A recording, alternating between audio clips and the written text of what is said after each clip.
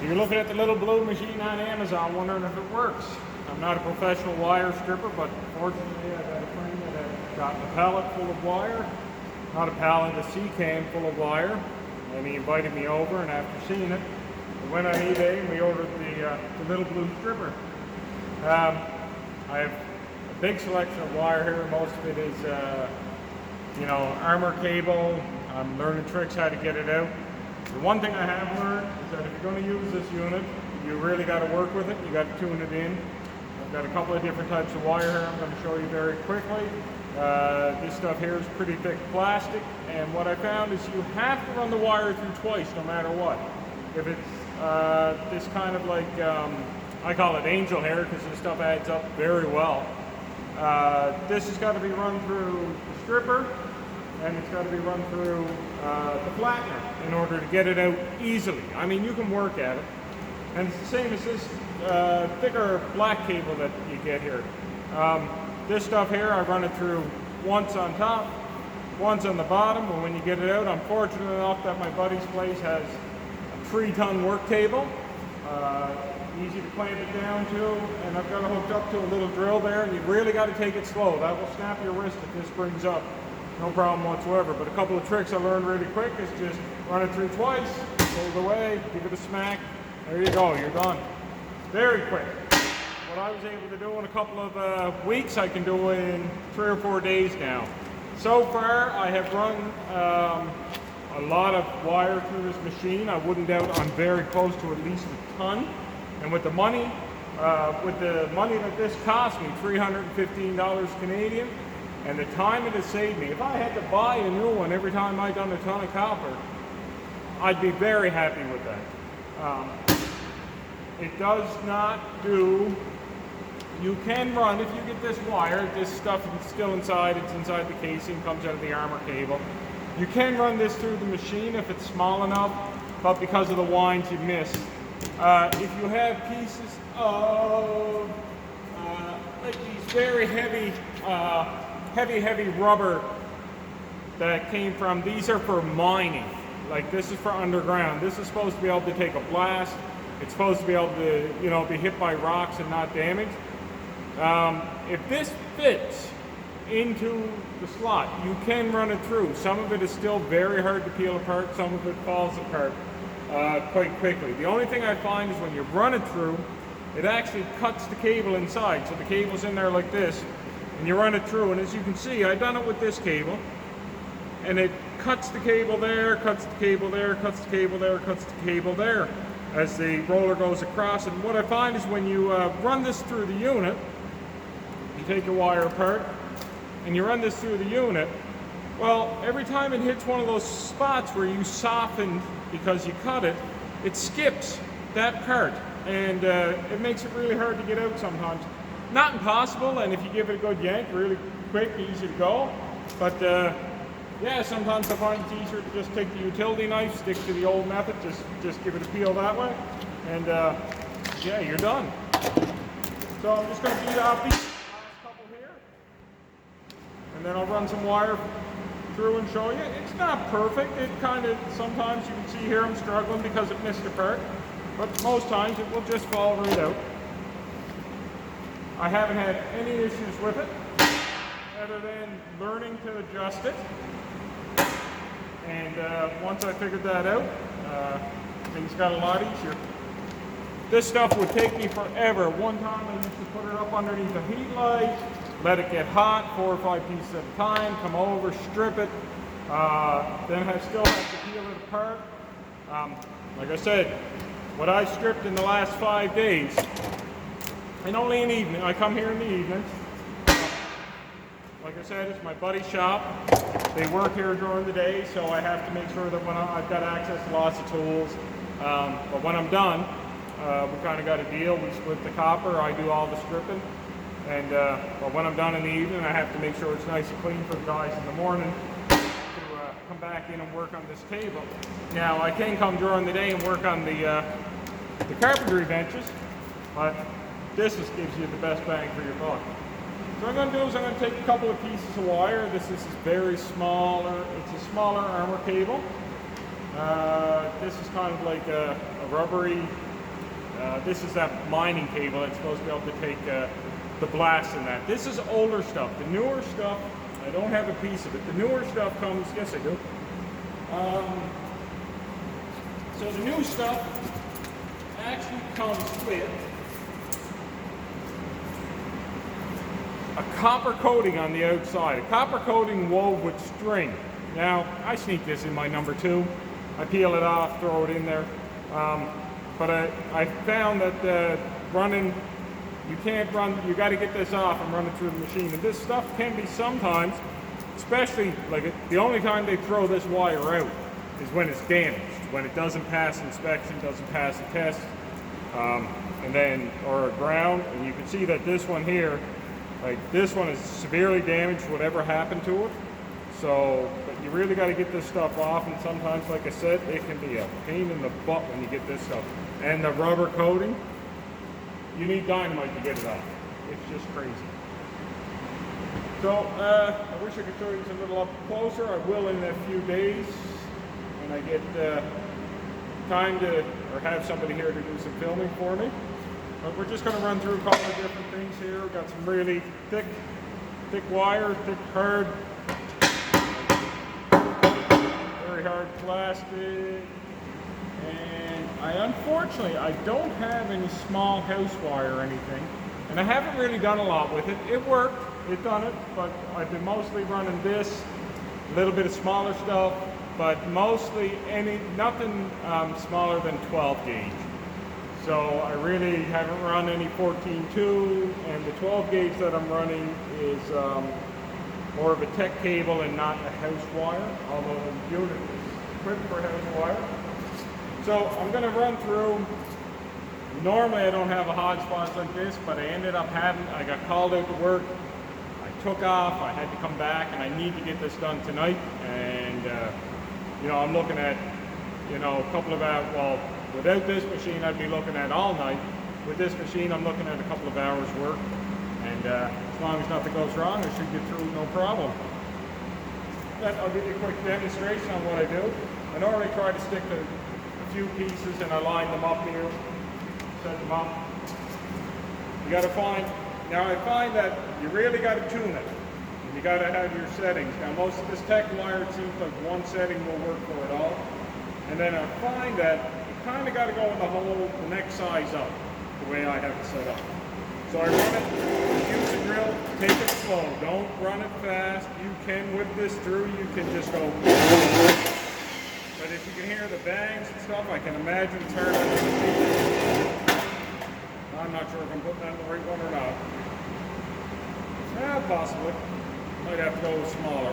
Next time, we'll see in 1 second. No, I was running it through while I was talking, I wasn't looking at what I was running it through. And I find if you put it through the wrong hole and you make it soft, it just, there we go. And it's catchy too. So you got to be a little careful with the drill. Sometimes it just goes a little hard.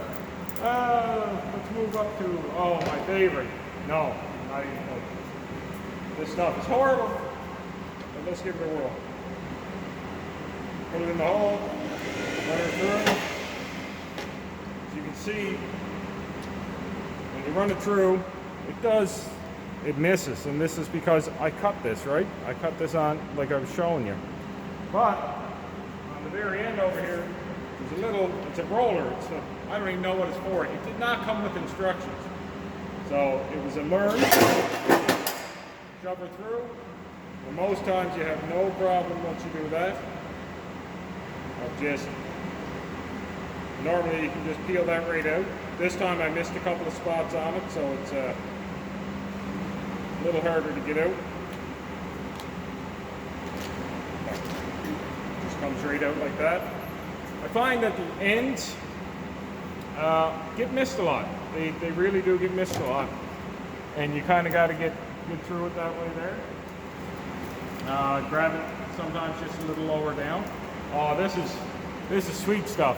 That's probably about 3-4 pounds right there, just of heavy duty. I wish I had a shorter piece because I'm running to my pile here. When we put her in, ease on the drill. Nice and slow. Pull her out. Flip her around. Put it through on the opposite side.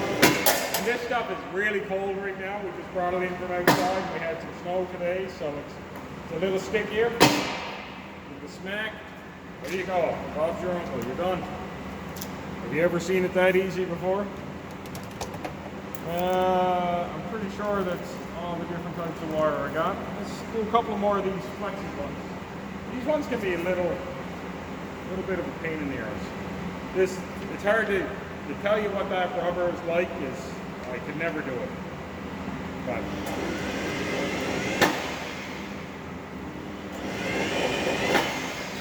fine, you take your time, take it slow. Does a much better job cutting. I'll show you. This one here, I kind of hit the trigger a little fast. You can see it kind of skipped a few spots. This one here, I went nice and slow. Didn't give the machine any chance to jump. This one will probably fall out the pins that are running through the unit, through the flattener. Pretty much. This one's going to be messy, right? There we go again, look. Slow. Went slow, that's what it looks like. You're running through the flattener. Fast, I got to do a little yanking on it. It's nothing much. As you can see, look, missed the end, like I said, but it got the end on this one. And this one's perfect. It's just a matter of opening it up. And this stuff, when it comes through, it's nice and flat. I find this much, much better for packing. You can actually pack this stuff no problem. Even though it skipped and missed, it's still just a little pull. It's a little more work. Nothing, if you're running it through the machine using the drill, it should be nothing that you can't handle. Yeah, one more piece. This is a little different material. It's a little harder, it's a little finer. Not sure what this came out of or where it comes from. So we'll just put it in, take her slow. And with this stuff, I'm going to show you. With the hard stuff, I run it through twice, right? Flip it over, it falls apart. Let's run this through twice.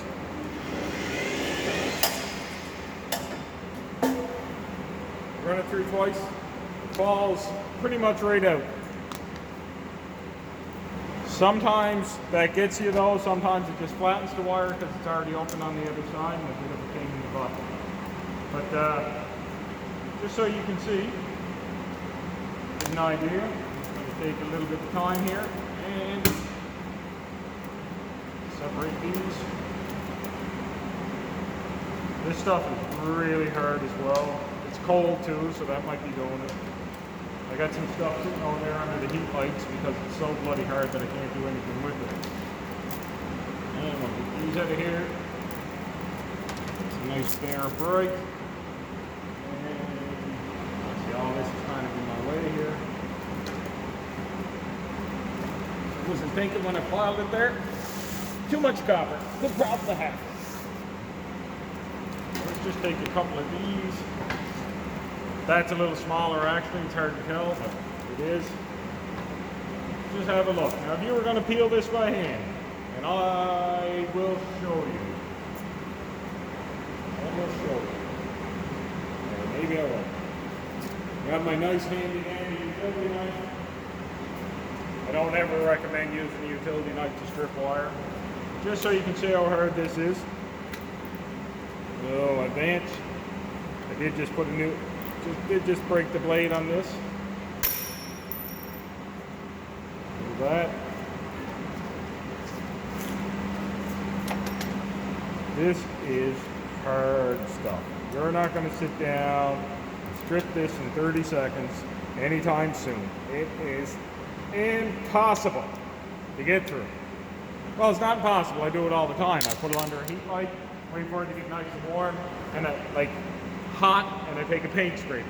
And it's actually, it works really well, but it's time consuming. Like I said, I got to get through this. So let's just have a go. So I can't remember. I think this is the smaller one. Let's just look through the big one. All right. Run it through.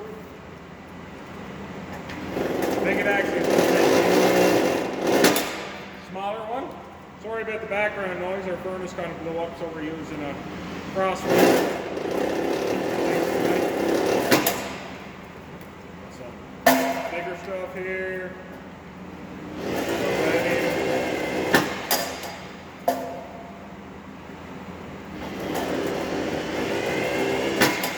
I'll tell you, my hands are not what they used to be.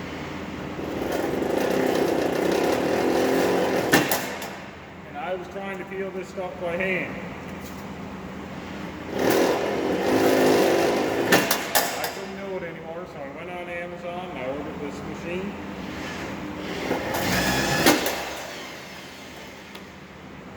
And no regrets.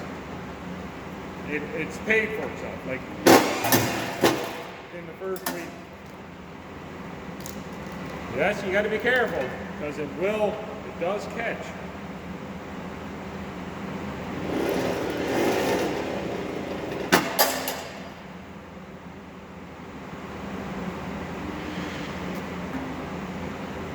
I don't think that's the right size. I didn't realize that I had this.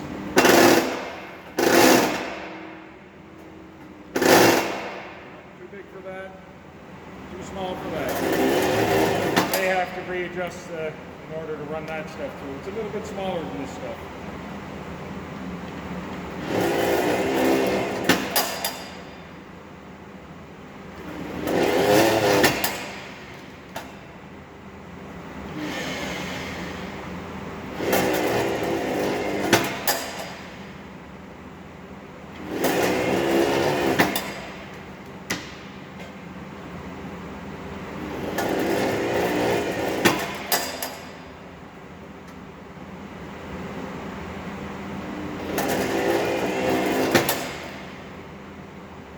Heavy piece. This stuff, take your time, it feeds through very nicely. I'm not pushing or anything either, I'm just kind of holding it, I don't want to twist around too much. So we just ran that a little bit. Normally I run everything. I like to work in steps until I can't do one thing and then move on to the next thing. I'm not 100% sure I'm set up for this. Okay, that one worked. I think a little piece of wire snuck in there that I didn't know was in there. It wasn't little, it was probably a long one. And I know that this stuff I have to set the machine up a little different than manual, which is exactly what happened. So that's not going to open up. I got to readjust the machine in order to get to cut that stuff even up. This stuff, beautiful, easy. I wish it was this easy to get out of the armor cell, but and this was the piece I said I put through the wrong hole. You usually still get it started.